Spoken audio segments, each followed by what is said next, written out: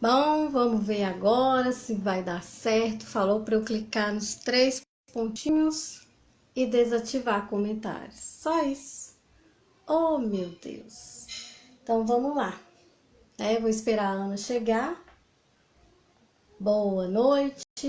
Agora vamos ver se a Ana chega. Aprendi a desativar os comentários. Já era para eu ter feito isso antes, né? Eita, que eu faço as coisas tudo em cima da hora. Mas vamos lá. Se não for avacalhado, não sou eu, né?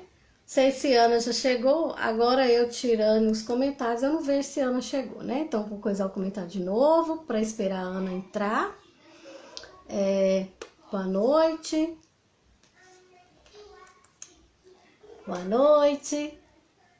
Agora esperar a Ana. Vou mandar uma mensagem para ela aqui. Oi. Vamos lá, Ana. Vamos, Ana. Já chegamos. A Ana chegou. Agora sim. Dá pra gente começar. E Ana, agora eu aprendi, Ana, como é que faz para desativar comentário. Eita, Oi, entrou, né? Agora eu vou desativar.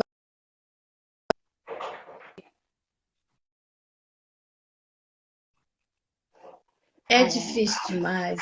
Desativar aqui. Ai, pronto. Ufa,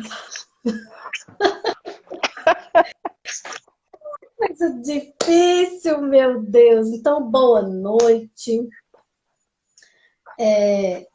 Eu sou muito tumultuada, né?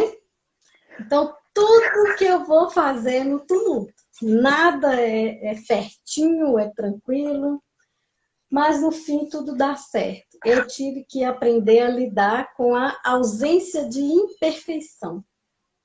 Se tem uma coisa que eu não sei ser, perfeita. E eu me permito não ser perfeita. Isso não quer dizer que eu tenha falta de zelo, de cuidado com as coisas, né? Mas eu me permito ir, né? Do jeito possível. Faço com carinho, faço com responsabilidade, mas não me exijo a perfeição. Então, boa noite para todo mundo que está aqui. Boa noite para você, Ana. Então, primeiro eu quero te agradecer, né, Ana, por você aceitar participar. Sempre, né? Você aceita, a Kátia, a Luciana, a Flaviana, tem muitas intérpretes, né, que apoiam, a Vânia lá de Diamantina, tem o Carlos, né, Carlos lá de Diamantina. Então, assim, eu, graças a Deus, consegui bons aliados intérpretes. Então, primeiro eu quero te agradecer e agradecer quem está assistindo, ou agora, ou vai assistir depois. Por quê? Que nós decidimos, né, começar um projeto. Eu vou contar para vocês o que aconteceu. O primeiro momento foi a minha experiência com o trabalho, né, com a profissão de professora, e que aí é uma outra história que a gente vai falar sobre ela daqui a 2 semanas com uma outra professora, a Laura. Mas um momento é pensar o quanto muitas pessoas não conversam, não têm informação, principalmente a comunidade surda. Então, às vezes, são coisas simples que a gente poderia falar, poderia pontuar, deixar claro, e essas informações não têm acesso. Então, a ideia é a gente conversar mesmo, e isso partiu, então, o ponto, assim, eu já estava pensando nisso há muito tempo atrás, mas o ponto central foi eu assistir a um filme que está na plataforma Netflix. E depois que eu assisti a esse filme, eu fiquei extremamente incomodada e muito abalada mesmo. E eu vou contar rapidinho sobre o filme. O filme, ele chama Em Silêncio. Eu não sei se quem está aqui já assistiu. Eu tive que desativar os comentários por causa da interpretação, mas vocês podem falar depois, comentar depois. Eu não sei se alguém aqui já assistiu esse filme em silêncio. Então, é um filme da Netflix, um filme grande, e é uma história real que aconteceu na Coreia, onde, né, retrata, traz uma história de uma escola que tinha, que recebia, né, crianças com surdez.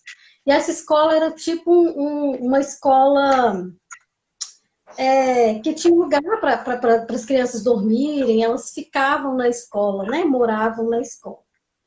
E lá nessa escola acontecia graves abusos de violência física, violência sexual contra essas crianças surdas e principalmente, especificamente em relação a algumas crianças que tinham uma condição de vida mais difícil, que eram crianças carentes, né? Crianças pobres ou crianças órfãs, sem família. E assim, esses abusos eles aconteciam, eles eram cometidos por profissionais lá, de professores, né, funcionários, a diretora, a donos da escola. É um filme extremamente pesado, porque esse filme ele não priva a gente das cenas de horrores que aquelas crianças vivenciam, não. Então, é um filme que deixa muito claro a violência sexual e a violência física que aquelas crianças sofrem e principalmente a normalidade que isso vai se tornando tanto para a sociedade quanto para as crianças na escola. Então, é importante, né? Eu considero muito importante pontuar aqui que se alguém tiver à disposição, quiser assistir a esse filme, que não faça isso com criança perto, e que, se for assistir mesmo, que tenha consciência de que, com certeza, vai ativar, disparar gatilhos emocionais. Né? Então, assistir esse filme dispara gatilhos emocionais, principalmente para quem já tem uma certa ligação afetiva, né? com essa questão da violência, da proteção dos direitos humanos, principalmente do abuso sexual. Então, agora que eu fiz uma pequena apresentação sobre a intensidade desse filme, em silêncio, eu vou apresentar também umas reflexões que esse filme me causou, e por isso a proposta desse encontro hoje e de muitos que virão, além de outras coisas que podem surgir a partir desses nossos encontros. Então, esse filme, embora ele tenha acontecido em outro continente, né, em outra cultura, ele vai retratar exatamente a realidade da nossa sociedade, que ela vai se estruturar a partir das relações de poder. Então, não tem como a gente conversar sobre nada ultimamente sem lembrar do caso que aconteceu no Rio de Janeiro, com aquele rapaz, né, estrangeiro, que estava morando aqui no Brasil e que acreditava que aqui seria uma pátria-mãe, né, que iria acolher a família dele. E foi assassinado daquela forma brutal, cobrando um direito que era o direito dele. Então, infelizmente, né, essa relação de estrutura de poder é algo real em todas as sociedades. Então, em se tratando da relação de poder, sempre vai haver opressão, sempre vai haver uma violência de qualquer forma, né? E aí a gente pode citar vários tipos de relações que se estabelecem a partir desse padrão. Por exemplo, relacionamento abusivo de homens em relação a mulheres, de pessoas brancas em relação a pessoas pretas, das pessoas que são ditas normais, né, que a gente chama de normotípica, em relação às pessoas que têm deficiência. Então, são vários tipos de estruturas. A gente vai criando... Eu costumo brincar que a gente aprendeu a contar só até 2. E aí um fica num polo, o outro fica no outro. É branco, preto, bonito, feio, homem, mulher. Né? Um polo é o lado bom, o outro polo é o lado fraco, o lado ruim, o lado que ninguém quer ficar. E quem está nesse outro polo está totalmente vulnerável a sofrer qualquer tipo de violência. Então, infelizmente, né, esse pensamento, ele ainda, esse pensamento hegemônico, né, ele é um pensamento de sobreposição de alguns seres em relação aos outros. Isso está aí até hoje. Lutar contra isso, buscar igualdade de direitos humanos, buscar igualdade de todos, de acessibilidade, é o quê, gente? é ocupar um lugar de ódio social. Hoje, as pessoas que lutam pelo direito das outras, elas são, ou pelos seus próprios direitos, né? Elas são atacadas. Elas são vítimas, ou melhor, elas recebem o ódio da sociedade, o ódio social. É como se a gente estivesse quebrando uma regra, porque a regra é ser oprimido. Né? Outro dia mesmo, nós estamos em greve em uma instituição que não paga o nosso salário, e um trabalhador coloca que a greve ela é uma forma egoísta de agir. Então, eu fico pensando tanto que nós estamos alienados da nossa condição de trabalhador, da nossa condição de humano, né? E aí, muitas vezes, da nossa condição de preto, de mulher, de pessoa com deficiência. Então, lutar pelos nossos direitos ou pelo direito de outras pessoas, na verdade, quando a gente luta pelo direito de outras pessoas, é pelos nossos também, né? A gente acaba recebendo o ódio da sociedade. E isso é reforçado pela distorção, né? Eles transformam a realidade pelo lado de quem detém o poder. Por exemplo, uma mulher que é vítima de violência doméstica, na maioria das vezes, ou em todas as vezes, essa mulher é colocada como errada. Quem a coloca como errada? O homem, né? Foi você que causou, mas você me irritou, você talhou meu sangue, foi você que provocou, olha o que você fez eu fazer. Da mesma forma, quando o empregado ele está de greve, ele está errado, porque ele está atrapalhando a produção, ele está fazendo com que outras pessoas percam possibilidade, ou dinheiro, ou aquele produto, né, que está sendo vendido. Então, um dos grandes exemplos mais importantes assim, que eu consegui para falar sobre essa distorção de conceito social é a vítima de violência doméstica e de estupro. Sempre ela que causa, né? É sempre a mulher. O estupro foi sempre provocado por uma ação da mulher nessa construção aí social. Então, os indivíduos, quando a gente não reconhece a nossa necessidade de reflexão crítica, de pensamento de classe, de entender que sim, é uma polarização, há uma polarização. Entre essa polarização, existem inúmeras possibilidades, mas tem sim uma força, porque a gente sabe contar até 2, né? Então tem uma força que nos oprime, e quando a gente não tem essa consciência, a gente acaba reproduzindo essa opressão. Por exemplo, uma mulher que é vítima de violência doméstica, se ela não se reconhece como vítima de violência, se ela não reconhece esse padrão, ela reproduz a violência com os filhos, de uma forma inconsciente, de uma forma não clara. Muitas vezes esse marido, ele está reproduzindo. Então, por isso é importante a gente sentar, conversar e pensar. Para que a gente não mantenha esse padrão, né, de opressão, que está presente nas instituições sociais também. Quando há uma denúncia de abuso sexual ou de violência de qualquer ordem, né, por exemplo, muitas vezes o que impera é o silêncio. A ideia é que se cale, é que não fale, não se pode falar sobre a violência, não se pode falar sobre a denúncia. A ideia, tanto das instituições quanto dos familiares, é que se cale.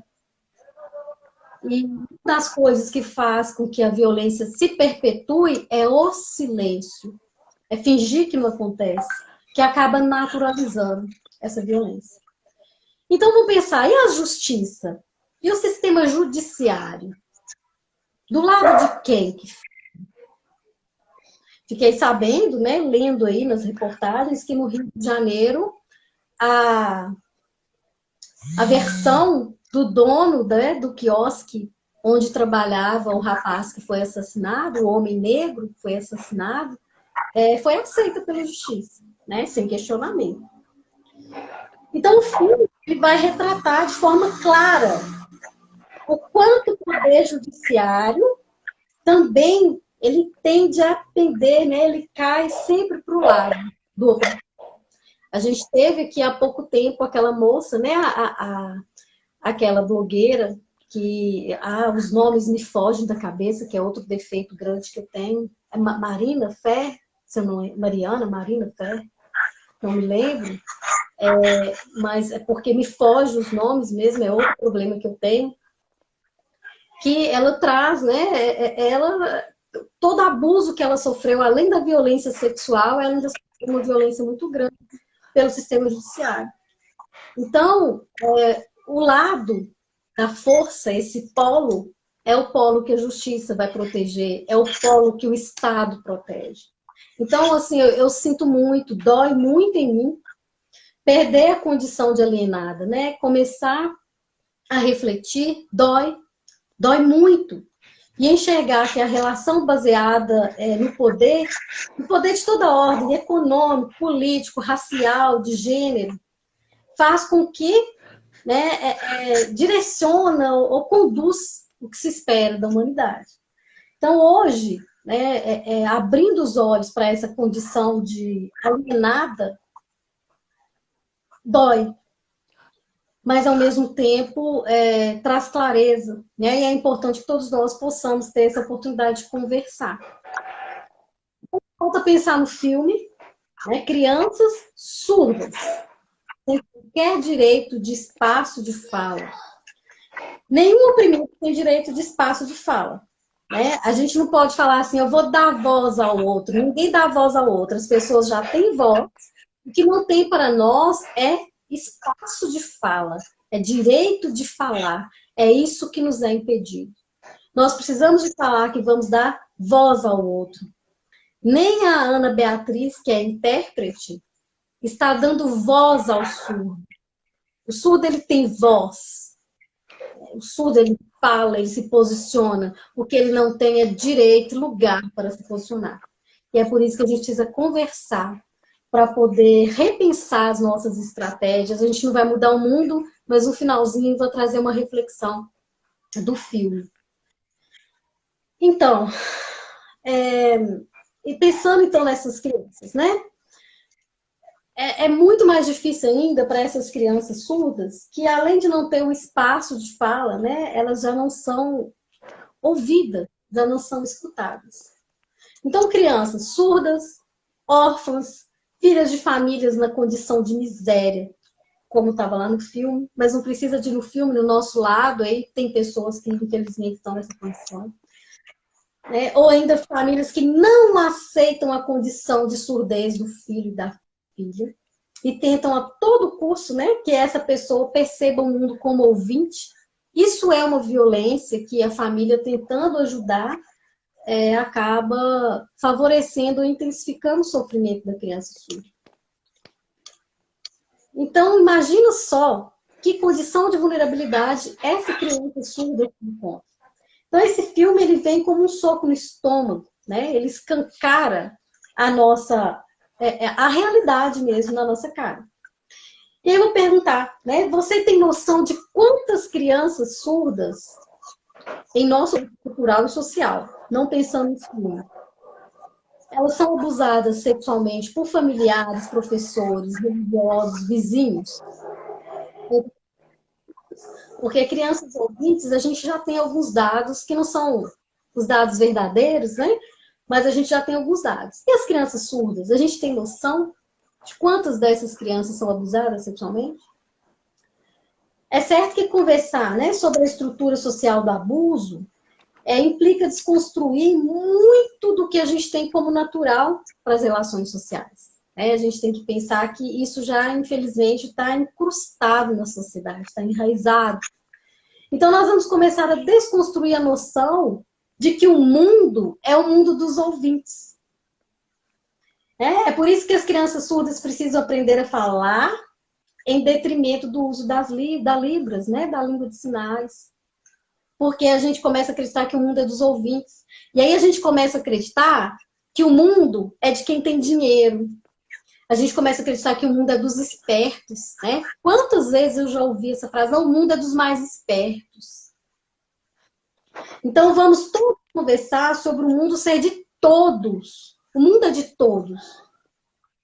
E sobre a importância também do acesso a Libras em todos os campos, como delegacias de mulheres, escolas, bancos, igrejas. Nas igrejas sempre tem, mas a gente precisa expandir isso para as lojas, fóruns, política de saúde, de assistência social, de esporte, de família, de cultura.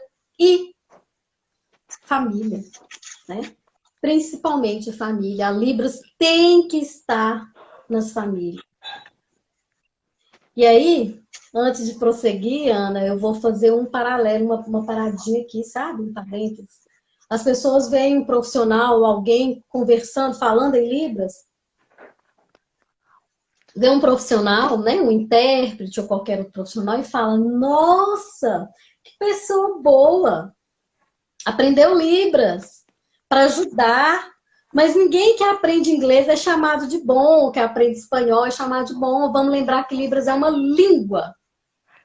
É uma língua que dá acessibilidade. Então, tanto os surdos precisam de parar de pensar que o ouvinte aprender Libras é para ajudá-lo, quanto nós, ouvintes, precisamos parar de pensar que quem sabe Libras é uma pessoa boa, de bom coração. Não tem nada a ver uma coisa com a outra. Então, voltando aqui, né? Quebrar o silêncio linguístico para que a gente continue na constante luta de quebrar o silêncio estrutural da violência, que é tão natural que a gente se cala. Então, uma das falas apresentadas, nós estamos quase acabando, uma das falas apresentadas no filme, que me pronta de esperança, foi a de que, não, olha que coisa mais linda, a gente presta bastante atenção nisso. Não devemos lutar para mudar o mundo, mas para não permitir que o mundo nos mude. Eu acho que essa pandemia trouxe desesperança para muitas pessoas, né? Pelo menos para mim trouxe bastante. E muitas vezes eu me pego pensando que não tem jeito, principalmente agora com esse caso, né, que aconteceu no Rio de Janeiro. Vários outros, mas esse, né, que joga na nossa cara todas as reformas de trabalho, todas as reformas que estamos passando, né?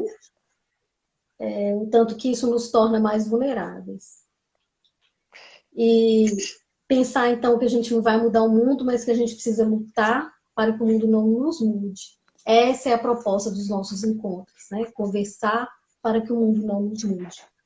E assim eu pretendo, né, seguir me esforçando para não deixar que o mundo, que o neoliberalismo, o racismo, o machismo, o capacitismo, a negação do outro façam parte da minha forma de viver. Vai acontecer em alguns momentos? Pode ser que sim. Pode ser que sim, muitas vezes eu erro, muitas vezes eu faço comentários que incomodam as pessoas que ouviram, e cabe a mim aceitar a queixa do outro e refletir sobre a minha crença. Então, eu quero muito viver assim, e eu tenho certeza que tem muita gente que quer, e a gente precisa se unir em comunidade. A gente precisa encontrar espaço para conversar, para trocar ideia, para construir juntos novos valores, desestabilizar algumas outras crenças que possam causar sofrimento. Então aí, né, para terminar, eu convido você para vir comigo nessa tentativa, né? Vamos conversando, vamos construindo juntos ideias, redes de afeto, de apoio social. Então aí, para isso, nós, né, estamos abrindo um canal como um meio mesmo de um espaço de vínculo, de a gente vai chamar de diversidade psíquica, né? de ressignificação de afetos, para que a gente consiga ressignificar nossos afetos, nossos valores, nossas crenças, um espaço para troca de ideias. É livre, é um convite provavelmente, pelo menos quanto for possível, semanal, a gente falar sobre alguns temas que vão surgindo. E alguns vídeos vão ser ao vivo, né? Outros vão ser gravados, porque para mim é muito importante que tenha interpretação, porque eu não consigo falar, né? E sinalizar, até mesmo porque eu também não sou fluente. E é importante, o meu foco principal é que o surdo também receba as informações. Se a gente pensar, né, nós precisamos adaptar, nós precisamos deixar de ser deficientes, a gente precisa deixar de excluir as pessoas e passar a cuidar da nossa deficiência, promovendo a acessibilidade mesmo. Então, nós vamos falar sobre a linda diversidade humana, para ver se a gente começa a conseguir contar mais do que dois. Que essa diversidade humana, ou essa dificuldade de perceber essa diversidade humana, pode nos aprisionar, né, nos manter presos, na tentativa de buscar um padrão, uma normatividade, né, uma padronização que começou aí, né, de forma muito intensa, principalmente a partir do século XVII, né, de uma norma, de um modelo de família, modelo de comportamento de mulher, modelo de comportamento de homem, isso é bem mais antigo, né? Mas a gente tem uma padronização muito forte no que se refere às patologias, a comportamento normal, do que se espera que é normal, do que é anormal, né? Então, do que é saúde, do que é doença. E isso a gente foi colocando pessoas, ideias e vidas em caixinhas. Então, é importante, né? A ideia é que a gente fale sobre isso, para que a gente consiga encontrar a maravilhosa potência de liberdade e de possibilidade de coexistir que a gente tem. Isso transforma, né? Coexistir, viver com a diversidade, viver com a diferença, transforma. E toda vez que a gente tem uma ação de adaptação ou de acessibilidade, é bom para todos, não é bom só para a pessoa que necessita daquela adaptação. É bom para todos nós. Por exemplo, uma rampa é bom para todos nós. Se eu não tenho problema de mobilidade, eu quebrei meu pé. Se eu tenho que subir escada, é muito mais difícil do que eu ir na rampa com a minha muleta ou com a minha, né? Eu subi essa rampa. Então, se o banheiro adaptado para o cadeirante, se eu estou com alguma dificuldade de mobilidade que pode acontecer, aquela adaptação me serve também. Uma calçada que seja adaptada para o cego, para mim também ela é excelente, porque ela não tem buraco, ela não vai ter aquele poste no meio do caminho, né? Carro aqui, poste chega ali. Então a gente vê tanto que o mundo adaptado é adaptado para todos. E aí sim, a gente começa a refletir o inverso, que é o que meu amigo Sávio pontuou muito bem. A deficiência está na sociedade, a deficiência está em nós, em não conseguirmos enxergar a diversidade. Então, finalizando, no dia 9, na semana que vem, na quarta-feira, dia 9, nós vamos conversar com o Claudimar. O Claudimar é um ex-aluno meu. Ele é um psicólogo em potencial agora, já terminou o estudo.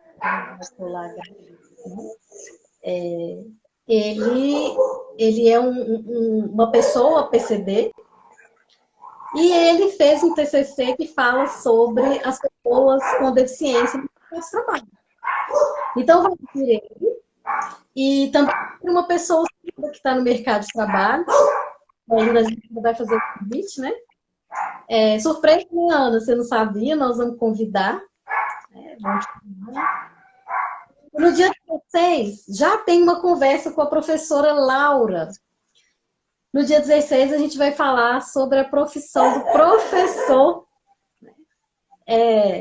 que também vivencia uma violência estrutural, que é essa violência que a sociedade como um todo comete em relação à educação e, consequentemente, ao professor que ocupa esse lugar de protagonista, né, na educação. Então, os alunos também sofrem? Sofrem. Mas e o desejo do professor em estar ali para ensinar?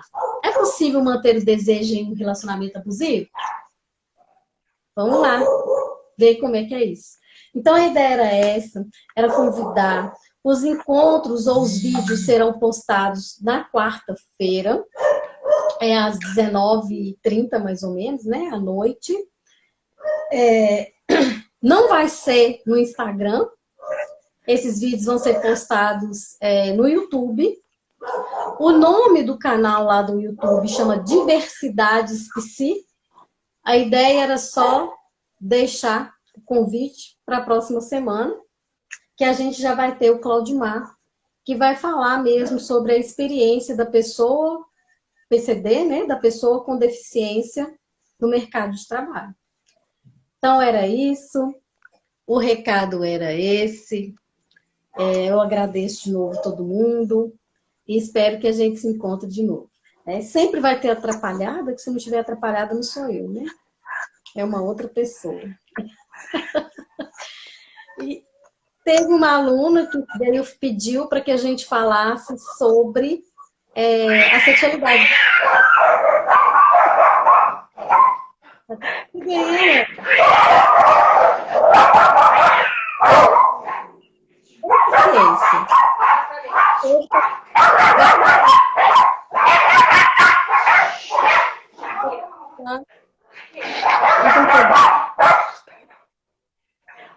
Tranquilo. Beijo a todos. Muito obrigada. Vamos caminhar para coisas de